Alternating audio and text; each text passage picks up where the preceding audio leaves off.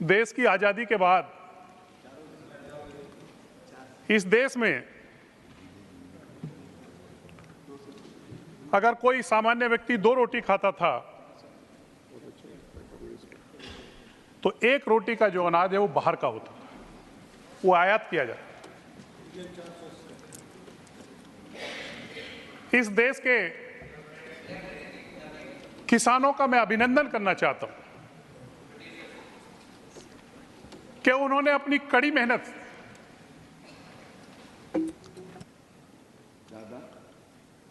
से इस देश को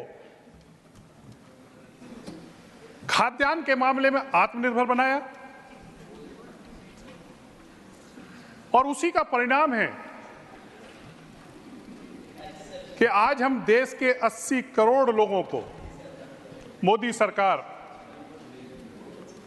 मुफ्त में अनाज देना संभव हो पाए। मैं इसलिए इस देश के किसानों का अभिनंदन करता हूं।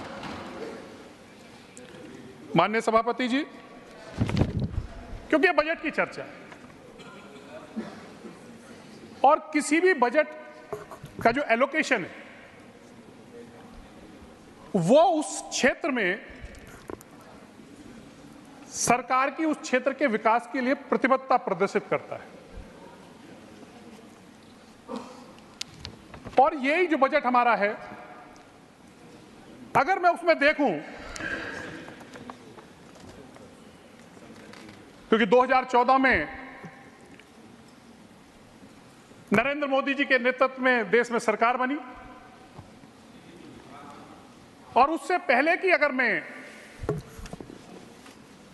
जो 9 से 14 यूपीए सरकार थी उसकी बात करूं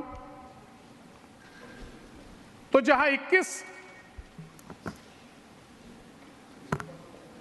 21,933 करोड़ का बजट 14 तक था, वहां 2023-24 में नरेंद्र मोदी जी के नेतृत्व वाली सरकार ने इस बजट को बढ़ाकर 1,52,000 करोड़ के लगभग करने का काम किया है, जो 5.5 गुना से अधिक की वृद्धि है। यह है प्रतिबद्धता किसान के प्रति, किसानों के मोदी सरकार, ये प्रदर्शित करता है। माननीय सभापति जी, अभी हमारे किसानों को लेकर ये सरकार कितनी गंभीर है, मुझे इस देश की लोकसभा का सदस्य रहने का भी मौका मिला 9 से 14 के बीच। और उपसभापति जी, मुझे 3 वर्ष जो एग्रीकल्चर कमेटी है उसका सदस्य रहने का भी मौका मिला और उस एग्रीकल्चर कमेटी के जो चेयरमैन थे वो हमारे कम्युनिस्ट भाई हैं, उनके कम्युनिस्ट पार्टी के थे, वासुदेव आचार्य उसके चेयरमैन थे, मैं उसका सदस्य था। और मेरा सौभाग्य है कि मुझे स्वामीनाथन जी के साथ उस कमेटी में काम करने का अवसर मिला।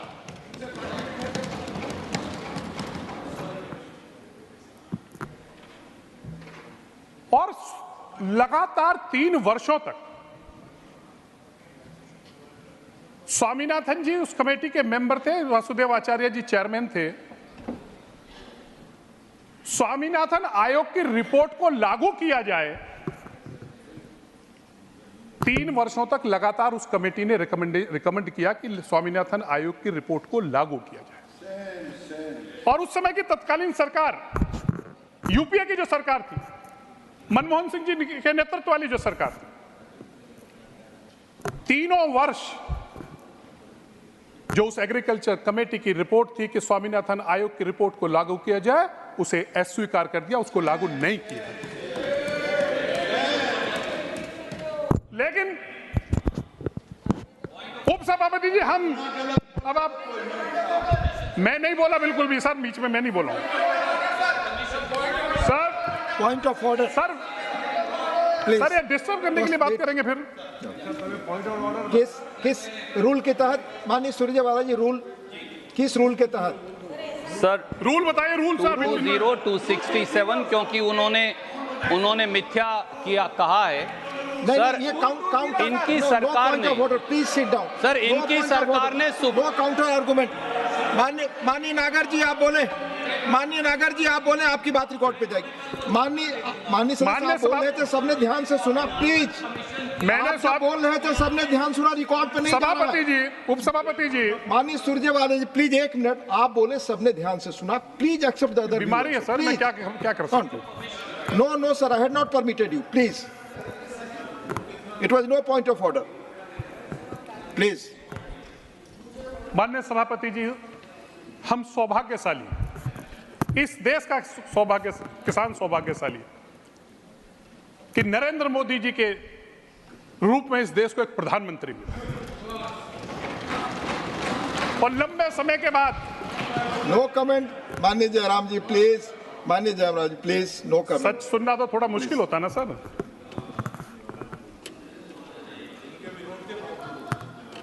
और देश में जब नरेंद्र मोदी जी प्रधानमंत्री बने तो नरेंद्र मोदी जी की सरकार ने एक लंबे समय से जो इस देश के किसानों की मांग थी, स्वामीनाथन आयोग की रिपोर्ट को लागू करने की, उस लॉन्ग पेंडिंग डिमांड को अगर किसी सरकार ने पूरा करने का काम किया, लागू करने का काम किया, तो नरेंद्र मोदी की सरकार ने करने का काम किया। और इतना ही नहीं किया, इस देश में किसान नेताओं को सम्मान नहीं दिया गया। उपसभापति जी, किसान नेता चौधरी चरण सिंह को, स्वामीनाथन जी को भारत रत्न देने का अगर किसी ने काम किया तो नरेंद्र मोदी की सरकार ने करने का काम। माननीय सभापति जी, प्लीज मिस्टर जॉन ब्रिटस प्लीज। अरे बैठे बैठे बोल प्लीज। मोदी सरकार, और हम सौभाग्यशाली, एक बात और कहना चाहूंगा, जहां देश में प्रधानमंत्री नरेंद्र मोदी किसानों के हित की काम कर रही है सरकार, वहीं आज हमें सौभाग्य कृषि मंत्री के रूप में शिवराज जी मिले हैं, जहां मध्य प्रदेश कृषि क्षेत्र में अगर विकास दर के मामले में देखें तो देश के अग्रणी राज्यों में है तो मध्य प्रदेश है। आज ऐसे प्रदेश के हमारे कृषि मंत्री हैं, ये भी हमारे लिए सौभाग्य की बात है। माननीय सभापति जी, देश में ओवरऑल होलिस्टिक डेवलपमेंट हो इस क्षेत्र में, इसके लिए सब मोदी सरकार प्रतिबद्ध है। इस देश में इंपोर्ट जो आयात बिल है हमारा, अगर मैं उसकी बात करूं तो पाम ऑयल से हमारा इंपोर्ट बिल बहुत ज्यादा बढ़ता है, आर्थिक बोझ देश के ऊपर बढ़ता है। ये देश की पहली सरकार है नरेंद्र मोदी जी के नेतृत्व वाली सरकार, जिन्होंने ना केवल तिलहन के दाम बढ़ाने का काम करो, किसानों को प्रोत्साहित करने का काम किया, देश तिलहन के मामले में, खाद्य तेलों के मामले में आत्मनिर्भर बने, उसके लिए पाम ऑयल मिशन की शुरुआत करने का काम किसी ने किया तो नरेंद्र मोदी जी की सरकार ने करने का काम। माननीय सभापति जी, इस देश में आजादी के बाद देश का जो किसान है वो कर्जे में जकड़ा रहा। आजादी के बाद इस देश का किसान, जो प्राइवेट लेंडर होते थे, गांव में होते थे, उनके जाल में फंसा रहा। फिर सरकारी बैंक आए और जो उस समय की सरकारें भी थी, उनकी नीयत एक थी कि किसी किसान पे कर्ज बढ़ जाए, किसान कर्ज के उनकी नीतियां ऐसी थी उस समय की सरकार की कि उन नीतियों के कारण लगातार इस देश का किसान कर्जा बढ़ता रहा और कर्जे में डूबता रहा। लेकिन उपसभापति जी, जब किसान को बुआई के लिए जरूरत होती है, जब उसको खाद की जरूरत होती है, तो उस समय वो दबाव में आ जाता था, उसे ऋण लेना पड़ता था। इस देश के किसान की इस पीड़ा को अगर किसी ने समझने का काम किया जहां एक तरफ वो लोग ऐसी सरकारें थी जो पहले किसान को नीतियों, उनकी खराब नीतियों के कारण किसान पे कर्जा बढ़ता था और वोट लेने के लिए कर्जे माफी का नारा देते थे और उसे भी पूरा नहीं करते थे, और दूसरी तरफ नरेंद्र मोदी की सरकार, नरेंद्र मोदी जी के नेतृत्व वाली सरकार किसान का सम्मान बढ़ाने के लिए किसान सम्मान निधि लेकर आई। और जहां ये कहते थे कि अब बड़ी बड़ी बातें करते हैं, हमने 70,000 करोड़ रुपए का ऋण माफ कर दिया, कागज पे 51,000 करोड़ करा, कहा 70,000 करोड़। वहीं इस देश के प्रधानमंत्री ने किसान सम्मान निधि से इस देश के किसान को 3 लाख करोड़ से ज्यादा सीधा उनके खाते में पैसा देने का काम किया। कोई बिचौलिया भी नहीं है इसमें, कोई बिचौलिया नहीं है, सीधा किसान के खाते में जा रहा है। यह किसान का सम्मान अगर किसी ने बढ़ाने का काम किया, किसान को कर्जे से मुक्त करने का काम किया है, तो इस देश के प्रधानमंत्री नरेंद्र मोदी जी ने किसान सम्मान निधि के माध्यम से करने का काम किया। और सभापति जी, मैंने तो ऐसा भी देखा है, मुझे तो राजस्थान जाने का मौका मिला। राजस्थान में जाने के बाद मैंने देखा कि एक पार्टी के नेता वहां गए, उन्होंने घोषणा की कि 10 दिन के अंदर सरकार बनने के बाद किसानों का कर्जा मुक्त हो जाएगा। और उपसभापति जी, वहां जब किसानों के बीच जाने का अवसर मिला तो वो केवल झुंझुना साबित हुआ। किसानों का कर्जा राजस्थान में माफ नहीं हुआ और 10 दिन नहीं 5 साल उन्होंने इंतजार किया और उस प्रदेश के किसानों ने मिलकर वहां कांग्रेस की सरकार को वहां से भगाने का काम किया।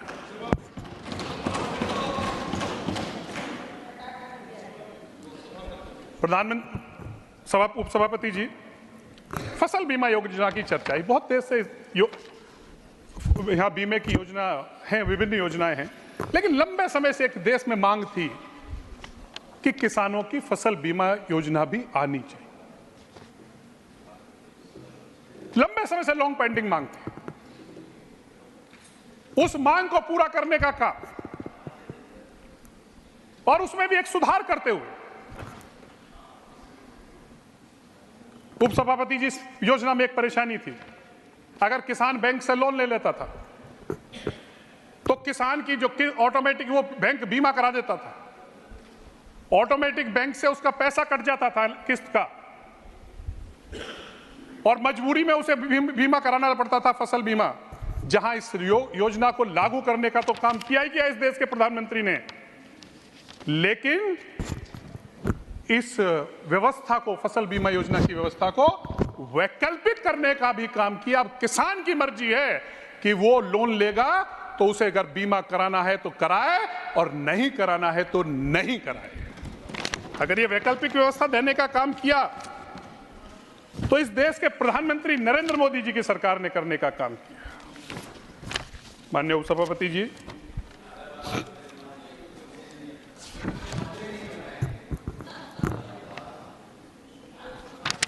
अब जो बनाने वाले हैं वो आपसे नहीं पूछेंगे, प्लीज।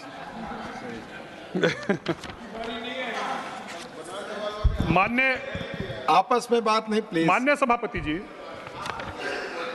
कोई नहीं। अगर मैं इस योजना की बात करूं, इस पर प्रश्न उठाया गया। फसल बीमा योजना में अगर आंकड़े की मैं बात करूं तो 100 रुपए अगर किसान ने किस्त दी तो उसका क्लेम कितना मिला? अगर 100 रुपए का प्रीमियम किसान ने दिया तो उस दावे के रूप में, सुनिए इसको अच्छी तरीके से, 100 रुपए अगर प्रीमियम दिया तो इस देश के किसान को 4 से 498 रुपए उसको दावे के रूप में क्लेम मिला है। यह है फसल बीमा योजना की सफलता। कोई प्लीज बैठकर बात नहीं, प्लीज। अब इसके अलावा अगर मैं ऋण की बात करूं, आप देखिए कि 2014-15 में से बढ़कर जो हमारा ऋण का हमारा मद है वो लगभग 2.5 गुना बढ़ाया मोदी जी सरकार ने, और आज ये 20 लाख करोड़ रुपए का इसमें प्रावधान किया है इस बजट में इस किसानों के लिए। और इसमें भी एक व्यवस्था है, इसमें भी एक व्यवस्था की गई है, किसान की जो ब्याज की दर अगर समय पर वो भुगतान करेगा तो इसका इंटरेस्ट रेट भी घटेगा, वो 7% से घटाकर 4% हो जाएगा। माननीय नागर जी, बस अब अभी मुझे 2 मिनट और बोलना, अभी 5 मिनट और पार्टी के समय से जाएगा। नहीं सर, 5 मिनट का और, अब मुझे समय करा दीजिए सर। प्लीज, हाँ, अब जो भी बोलेंगे पार्टी के समय से जाएगा, प्लीज। पार्टी का टाइम ले लीजिएगा, पार्टी का। माननीय सभापति जी, अब मैं इस देश के किसान की दुर्दशा की बात बहुत हुई, लेकिन आखिर हुआ क्यों ये, ऐसी स्थिति में पहुंचा कैसे? माननीय सभापति जी, उपसभापति जी, भारत जो है वो गैट का 1947 से सदस्य है, जिसमें भारत ने ट्रीटी जो व्यापार के लिए वो साइन की। इसके बाद इसको WTO में कन्वर्ट कर दिया गया, इसको रिप्लेस कर दिया गया।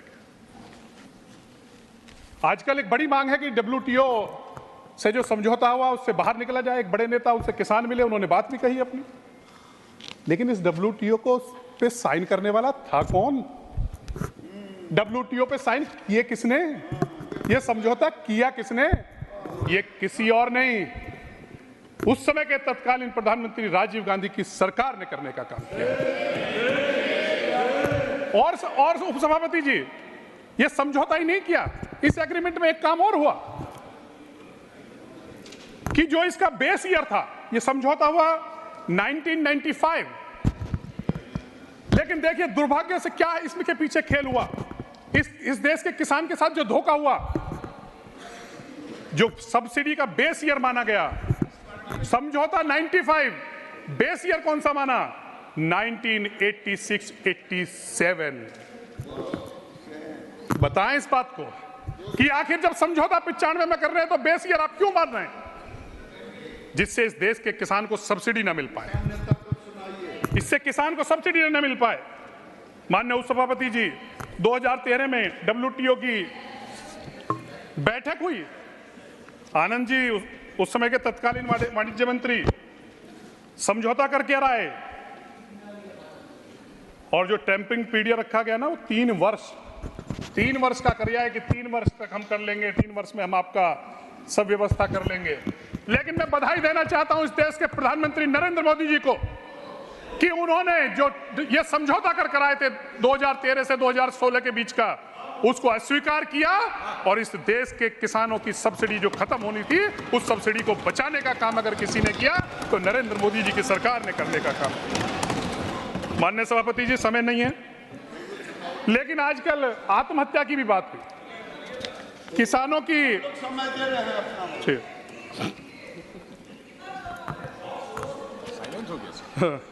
माननीय उपसभापति जी, माननीय नागर जी, दूसरे वक्ताओं का आप समय पार्टी का ले रहे हैं, प्लीज। चलिए 5 मिनट कर लेंगे।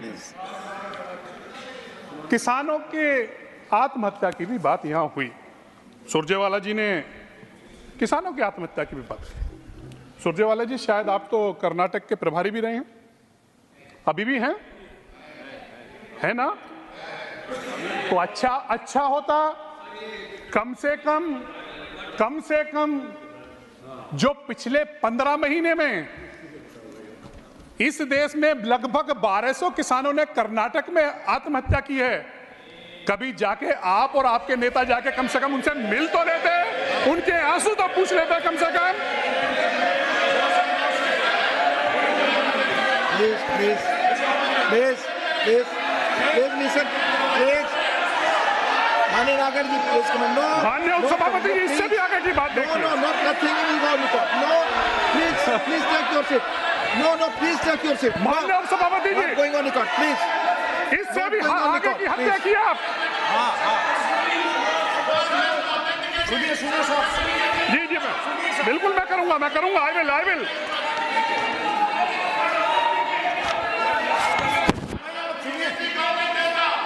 प्लीज।